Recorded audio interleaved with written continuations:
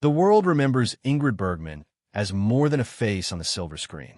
She was an enigma, a woman who stood at the very height of fame, adored by millions, yet haunted by secrets that would never fully leave her. She lived under blinding lights, whispered scandals, and towering achievements. But behind the glamour was a story of loss, longing, and a hidden truth she carried until her final breath. Few knew that despite her public triumphs and her 3 marriages, Bergman held in her heart the shadow of a man whose presence never left her. A figure so commanding, so unforgettable that she chose silence rather than risk exposing him. It was a secret kept safe until death itself, preserved in a hidden memoir. Within its fragile pages lay a confession that startled even her daughters. He was massive, but who was this man? And why did Ingrid Bergman protect this secret with such fierce devotion? To understand, we must go back to the very beginning, before the scandals, before Hollywood, before the name Bergman became legend. Ingrid Bergman was born on August 29, 1915 in Stockholm, Sweden. To the outside world, it might have seemed an ordinary beginning, but destiny was already laying out a life unlike any other. Her earliest years were marked not by celebration, but by loss. When Ingrid was only 3 years old, her mother passed away. The world that should have been filled with warmth and security collapsed into shadows. Her father, a man of refinement and imagination, became her anchor. He painted, photographed, and read to her, nurturing a spirit of curiosity and wonder. Yet fate was merciless. When Ingrid turned 12, her father too was taken from her. Orphaned at such a young age, she moved into the care of relatives. Though she was clothed, fed, and schooled, a silence entered her heart.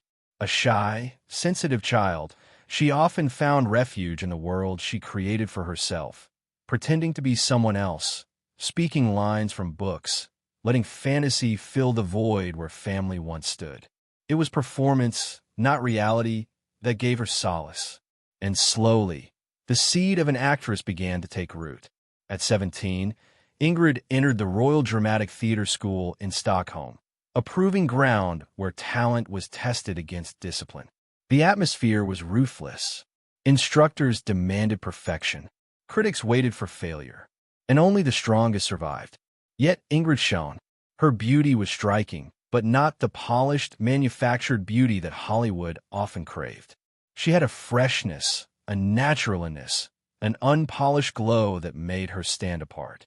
Her eyes were deep, her movements graceful, her voice rich with quiet sincerity. Unlike other aspiring actresses who mimicked established stars, Ingrid seemed to pull her performances from an inner well of truth. By the late 1930s, she had begun appearing in Swedish films. These early roles hinted at something rare. She did not merely play a character, she inhabited it. Grief became art, and vulnerability became strength. Audiences leaned closer, sensing authenticity in every gesture. One particular film, Intermezzo 1936, caught international attention. In it, Ingrid played a piano teacher, swept into a forbidden romance. The performance was luminous, filled with both innocence and passion. Little did she know this very role would soon change her life forever. The year was 1939. Europe was on the brink of war, and the film industry in America was hungering for fresh talent. Word of the Swedish actress with natural charm reached David Elnick, the legendary Hollywood producer who had just completed Gone with the Wind. Selnick, known for his obsession with detail, was captivated by Ingrid's screen presence. He invited her to Hollywood to star in an American remake of Intermezzo. Ingrid was hesitant. She spoke little English, and her features, though adored in Europe, did not fit the stylized mold of Hollywood glamour. But Selnick was insistent, and in September 1939, Ingrid Bergman set foot in America. Her arrival was unassuming. Unlike other European actresses who arrived draped in jewels and gowns, Ingrid appeared simple, almost shy. Her height towered above most women, and her natural look, minimal makeup, clear skin, radiant smile astonished audiences accustomed to heavily polished stars.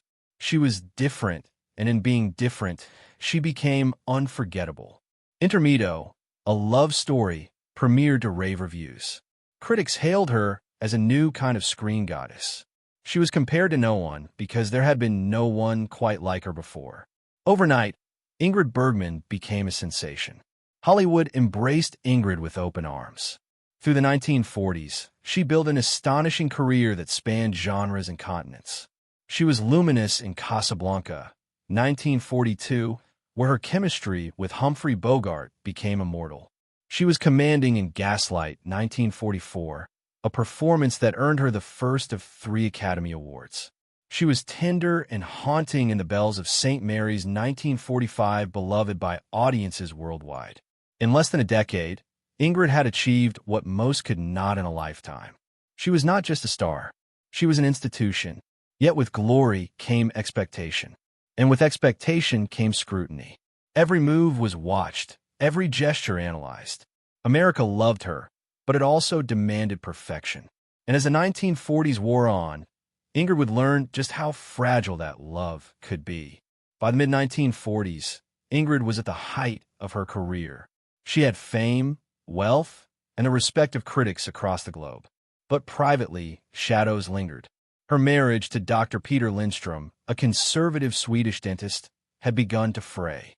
He wanted her to settle into the role of wife and mother. While she was consumed by a passion for acting, their differences grew into silence, and silence grew into distance. Hollywood, dazzling as it was, felt like a cage at times. She was adored, yes, but also isolated. And in that loneliness, she was vulnerable. It was in this atmosphere of rising pressure that she met a man whose presence would alter the course of her life and whose memory would remain with her until the end. But that story, whispered only in hidden pages of a memoir, would come later. For now, the world saw only triumph. The orphan girl from Stockholm had become the most sought-after actress on earth. Her name lit up Mars. Her face filled magazines. Her performances won Oscars, Emmys, and eventually even a Tony. Yet behind the applause, Ingrid Bergman remained a woman in search of something more. Something she could not yet name. Something that would one day lead her into scandal, exile, and secret love. At the height of her fame, Ingrid Bergman seemed untouchable. Hollywood adored her. Critics praised her, and the public embraced her as the embodiment of purity and talent. But behind the carefully cultivated image lay a private world filled with silences, doubts, and longing. It was in this space that destiny placed a man who would forever alter the rhythm of her heart. The year was 1945. Alfred Hitchcock, the master of suspense, was preparing to release Spellbound. It was to be a psychological thriller that would demand both tension and intimacy from its stars. Ingrid Bergman had been cast as Dr. Constance Peterson, a psychiatrist unraveling the secrets of an amnesiac patient. That patient was to be played by Gregory Peck, a rising star whose quiet dignity was already captivating audiences.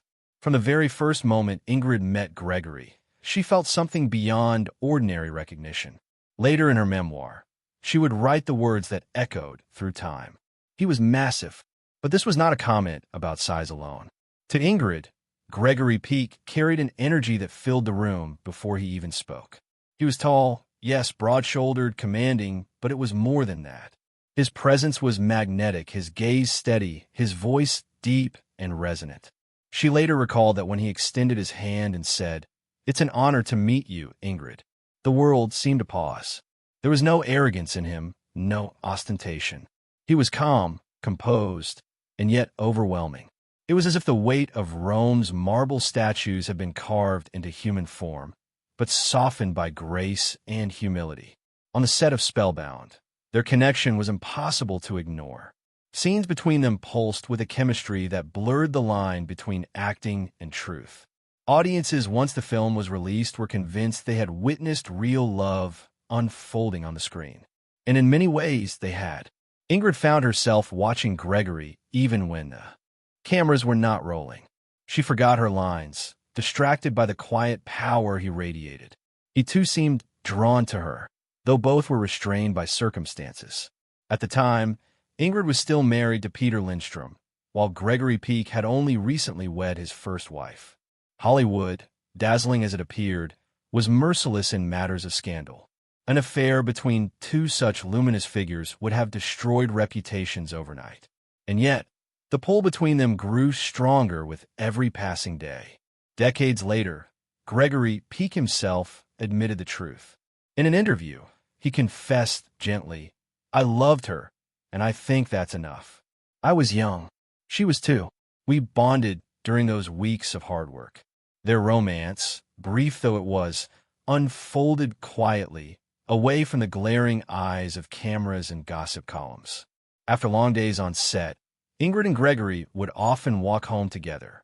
On those quiet streets, Ingrid confided her struggles, her loneliness, the disintegration of her marriage, the crushing pressures of fame. Gregory listened without judgment. He was not critical, not demanding, only present. One crew member remembered a morning when both actors arrived later than usual. Their hair was untidy, their clothes slightly rumpled, their eyes tired yet luminous with unspoken joy. The crew whispered something had happened, something that went beyond the lines of the script. And yet, even in those moments of closeness, both knew their connection was fragile. They were bound by families, careers, and reputations. Hollywood could forgive many things, but not this. Not two of its brightest stars stepping into a forbidden flame. The end came swiftly. There were no dramatic confrontations, no bitter accusations, only quiet recognition. One evening, after a day of filming, Ingrid and Gregory sat together, sharing coffee in silence. The air was thick with unspoken words. Finally, Ingrid placed her hand over his and whispered, "We cannot let this destroy everything." Gregory nodded, his eyes heavy with understanding. In that moment, they both knew what had to be done. Their bond would remain, but only as memory. No promises were exchanged, no vows made, only silence. A silence that preserved the purity of their connection, protecting it from a merciless glare of scandal. The next morning, they returned to set. When the cameras rolled, they performed a love scene scripted in the pages of Hitchcock's screenplay. But this time, the words carried an unspoken weight. When Gregory gazed into Ingrid's eyes, tears fell, not as part of the performance, but as the echo of her own breaking heart. The director, ever perceptive, did not interrupt. He simply let the cameras roll. What was captured became one of the most powerful scenes of the film. Art fused with reality. Performance infused with truth. The affair between Ingrid Bergman and Gregory Peak remained hidden for decades. Whispers circulated on studio lots.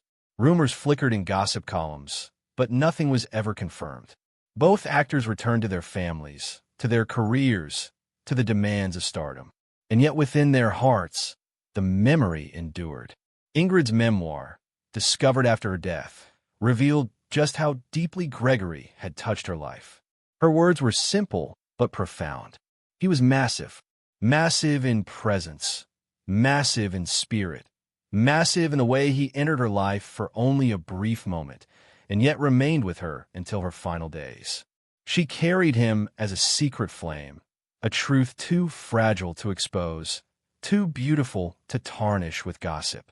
By remaining silent, she preserved it as something pure, untouched by scandal, protected from the harsh spotlight of Hollywood. Gregory, too, never exploited their bond. He admitted his feelings only much later when the years had softened the edges of scandal. Even then his words were careful, tender, respectful. He called her the true love of my life, and perhaps in some way she felt the same. This secret affair was never about betrayal or fleeting desire. It was about two souls meeting in a moment of vulnerability, finding solace in each other, and then letting go. It was, in many ways, more powerful than a lifelong union, precisely because it was fleeting. Ingrid carried the memory through decades of triumphs and tragedies. Gregory carried it, too. Neither allowed it to become public fodder, because they both understood the cost. For Ingrid, silence was not denial. It was preservation. She knew that if she revealed it, the truth would be dissected, sensationalized, and mocked. Better to keep it hidden, safe, remembered only in dreams and words written in a private journal. And so this secret remained locked away until the end. A love too intense to last, too fragile to survive, and yet too powerful to ever truly die. At the height of her glory, Ingrid Bergman was untouchable, or so it seemed. By the late 1940s, she had conquered Hollywood with performances in Casablanca, Gaslight, and Notorious. Critics hailed her as the most luminous actress of her generation. The public adored her. Producers courted her. To millions, she was not merely a star. She was a symbol of dignity and grace.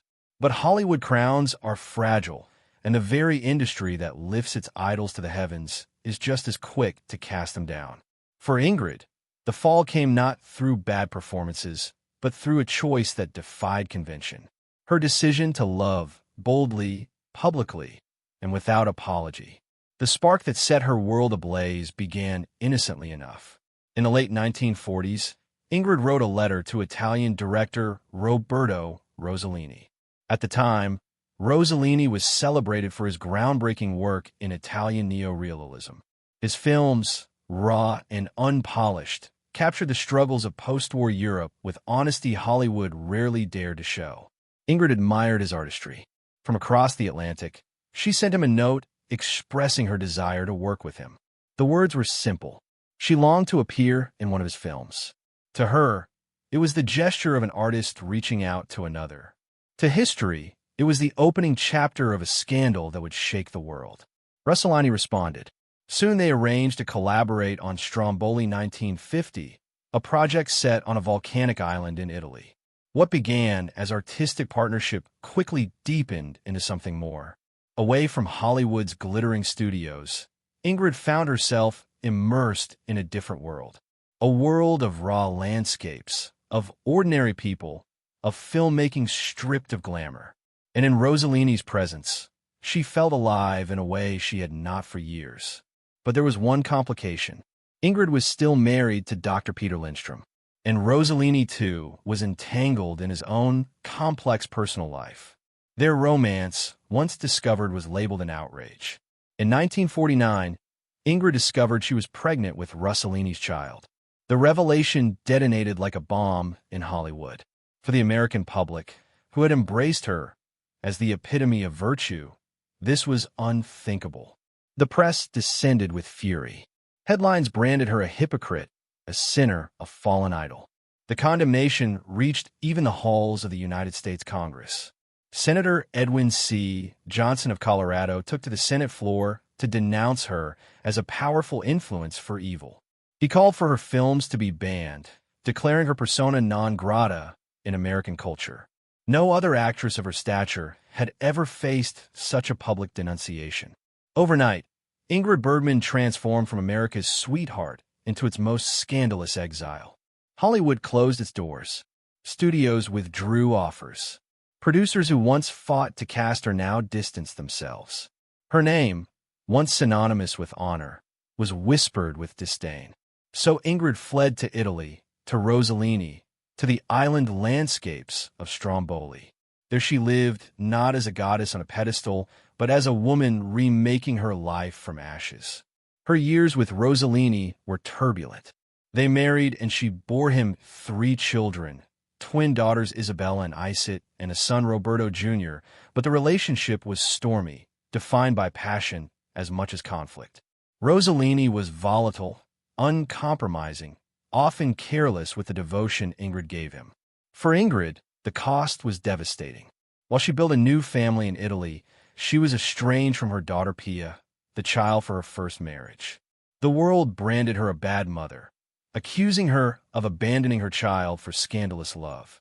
Though reconciliation came later, the scars of that separation never truly healed.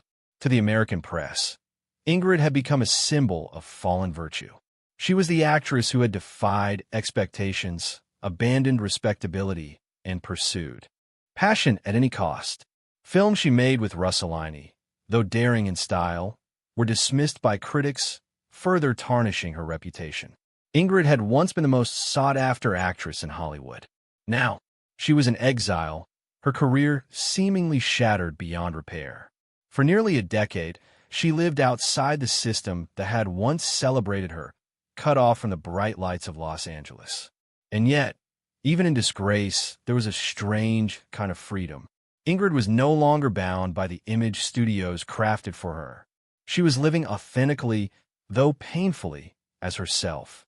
She later reflected that those years, while agonizing, taught her the meaning of resilience.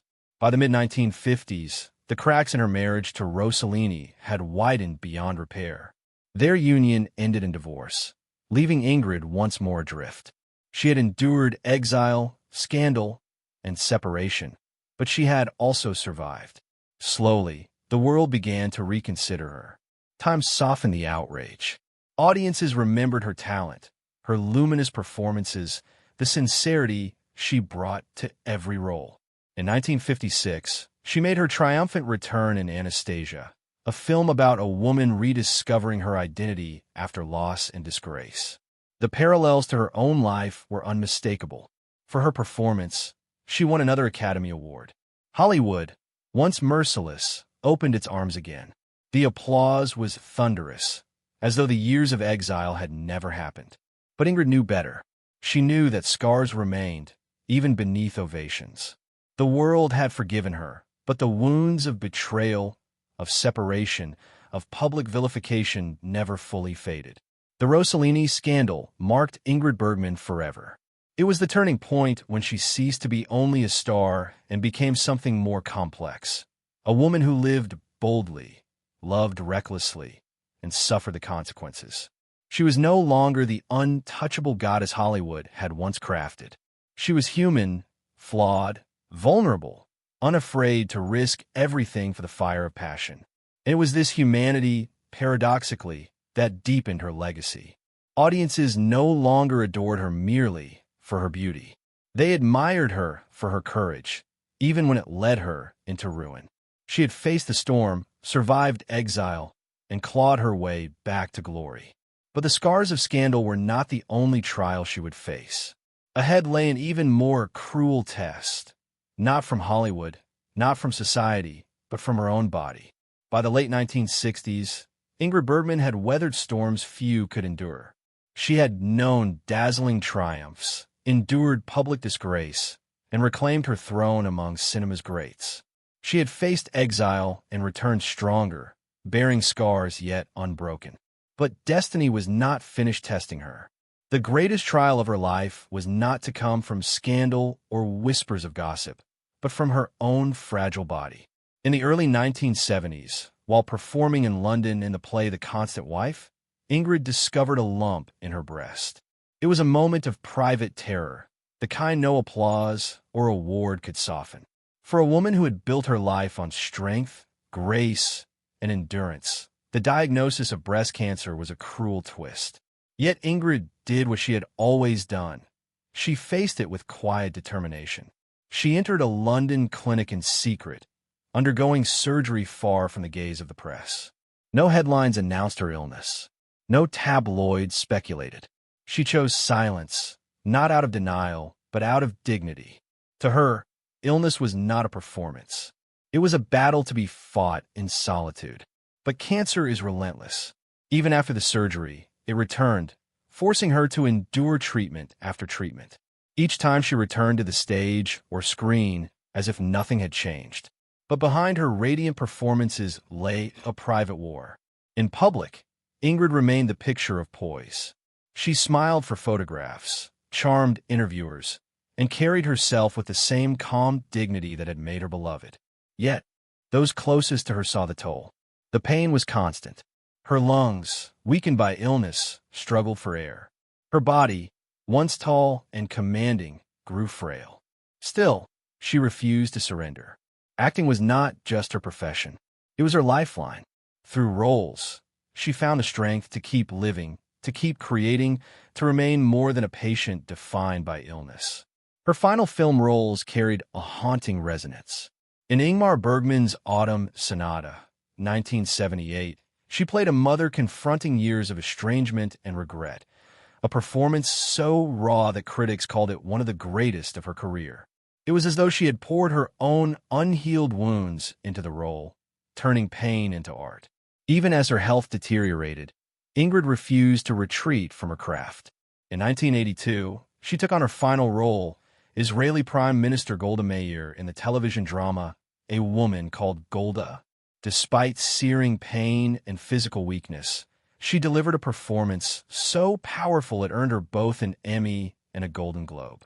Colleagues later recalled that between takes, she often had to rest, her body nearly collapsing from exhaustion. And yet, once the cameras rolled, she transformed. The illness seemed to vanish, replaced by the indomitable spirit of an actress unwilling to yield. It was a fitting farewell. A woman who had defied convention, defied scandal, now defied even death to give her art one last gift. By the summer of 1982, Ingrid's condition had worsened. She retreated to her modest apartment in Chelsea, London. Outside, fans and reporters gathered, hoping to glimpse the legend. But Ingrid avoided the window. She did not want the world to see her body broken, her once commanding frame diminished by disease. She wanted to be remembered not for frailty, but for strength. Inside, she fought quietly. Those who visited remembered her smile, her warmth, her charm undimmed by suffering. Even as pain consumed her, she clung to dignity. One friend recalled, she refused to let illness define her. She was still Ingrid, still radiant. On August 29, 1982, Ingrid Bergman's body finally gave way. It was her 67th birthday. For a woman whose life often seemed scripted like a film, the timing felt almost symbolic. She had entered the world on that day in 1915, and exactly 67 years later, she departed it. A circle closed, as though fate itself had written her ending. Her death was quiet, gentle, surrounded by loved ones. But the impact rippled across the world. Tributes poured in from Hollywood, Europe, and beyond. Critics who had once condemned her now praised her courage. Audiences who had adored her mourned as though they had lost a part of their own lives. Her funeral was held at St. Martin-in-the-Fields, Trafalgar Square. Thousands gathered, from dignitaries to ordinary fans. Later, her ashes were returned to Sweden and scattered in the sea near her childhood home, a return to the place where her story had begun. In death, Ingrid Bergman was remembered not for scandal, not for exile, but for resilience. She had faced loss, disgrace, illness, and isolation. Yet she had always returned to the stage, always chosen art, always carried herself with dignity. A critic wrote shortly after her passing, Bergman did not die on August 29, 1982. She simply left the stage. The words captured what millions felt, that Ingrid was more than a star. She was an artist, a woman of strength and vulnerability whose presence would echo long after her final curtain. By the end of her life, Ingrid Bergman had achieved what few in history ever could. She was one of the rare performers to earn the triple crown of acting: 3 Academy Awards, 2 Emmys, and a Tony. She was ranked by the American Film Institute as the 4th greatest screen actress of all time, a place reserved for legends. But her legacy went beyond awards. It lived in the way she defied expectations, dared to pursue love even when it destroyed her, dared to return from exile, and dared to perform even when cancer consumed her body. Her story was not one of perfection, but of persistence. She was flawed, vulnerable, human, and it was precisely this humanity that made her immortal. When the curtain fell on Ingrid Bergman's life in 1982, it seemed as though the world had dimmed. Yet, in truth, she did not vanish. Legends never do. Instead, she passed into another realm, immortality, where her image, her courage, and her spirit continued to inspire generations long after her final bow. Ingrid's legacy was immediate and profound. The American Film Institute ranked her 4th among the greatest actresses of all time, placing her alongside the eternal titans of cinema. On Hollywood Boulevard, her star shone on the Walk of Fame, etched in a stone for millions of visitors to see, a symbol of a career that had defied every obstacle. Even in death, her presence seemed to grow. In 2015, on what would have been her 100th birthday, the Cannes Film Festival chose her image for its official poster. Her face, luminous and timeless, loomed above the festival as though watching over a new generation of filmmakers. Few actresses have ever been honored in such a way, proof that her influence had transcended time, geography, and scandal. 2 years after her passing, in 1984, horticulturists introduced a new hybrid rose. They named it the Ingrid Bergman rose. Velvet red, proud, and enduring, the flower became a living symbol of her essence, strength woven with elegance, passion bound with resilience. Just as roses weather storms and return each spring, so too had Ingrid endured disgrace, illness, and exile, only to bloom again with renewed brilliance. The rose, like her, stood as a reminder that beauty can endure suffering and dignity can outlast ruin. In her homeland of Sweden, Ingrid's memory was carved into permanence.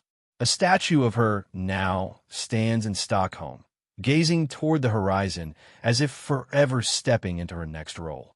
Visitors who pass by often pause, not merely to admire the sculpture, but to remember the orphan girl who rose from grief to become one of cinema's greatest icons. Inside the Swedish Film Institute, an entire exhibition is dedicated to her life. Costumes, photographs, and scripts are displayed with reverence, allowing new generations to understand not only the star, but the woman, the daughter, the mother, the artist, and the fighter who carried secrets and sorrows no audience ever fully saw. Remarkably, Ingrid's legend extended beyond film. In the 1950s, American folk singer Woody Guthrie, a voice of rebellion and truth, wrote a poem in her honor. He compared her to the forces of nature, calling her a figure who could make mountains tremble.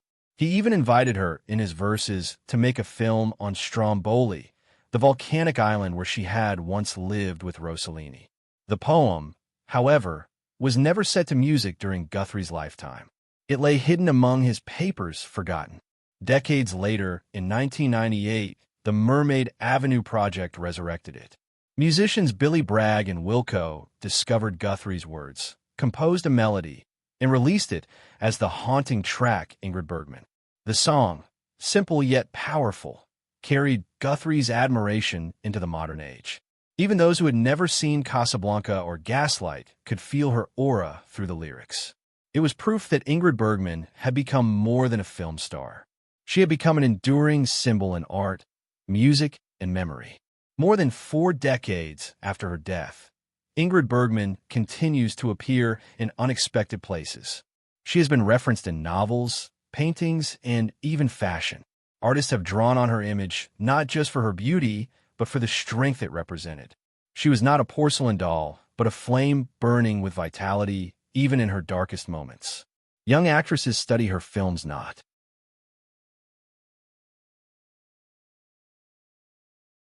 only for technique, but for courage, the way she dared to act naturally in an era of theatrical artifice, the way she defied studios, the way she returned after disgrace. Critics have noted that she remains one of the rare stars whose legacy is defined as much by what she endured as by what she achieved. And yet, even within all these honors, one shadow remains, the secret flame of Gregory Peck.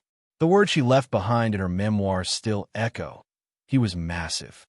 To Ingrid, he was not just a co-star, not just a fleeting romance, but a symbol of the kind of strength and tenderness she sought her entire life.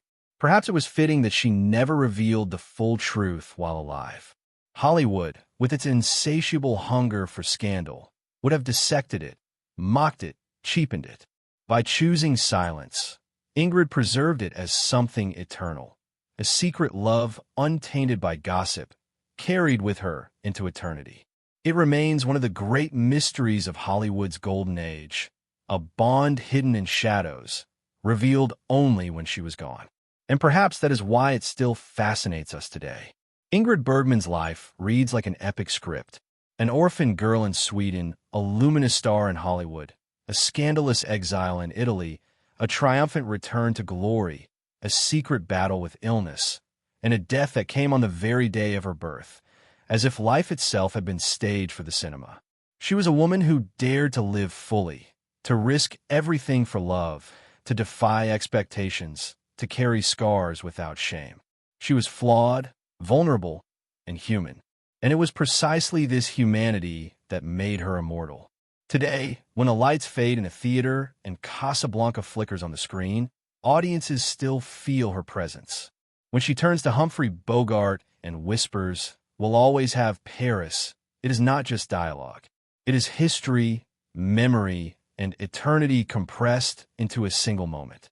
Ingrid Bergman left this world on August 29th, 1982. But her story did not end.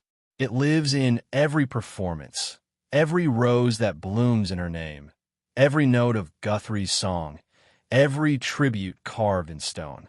She is not just the star of one era, not just the scandal of one decade, not just the patient who fought illness with dignity.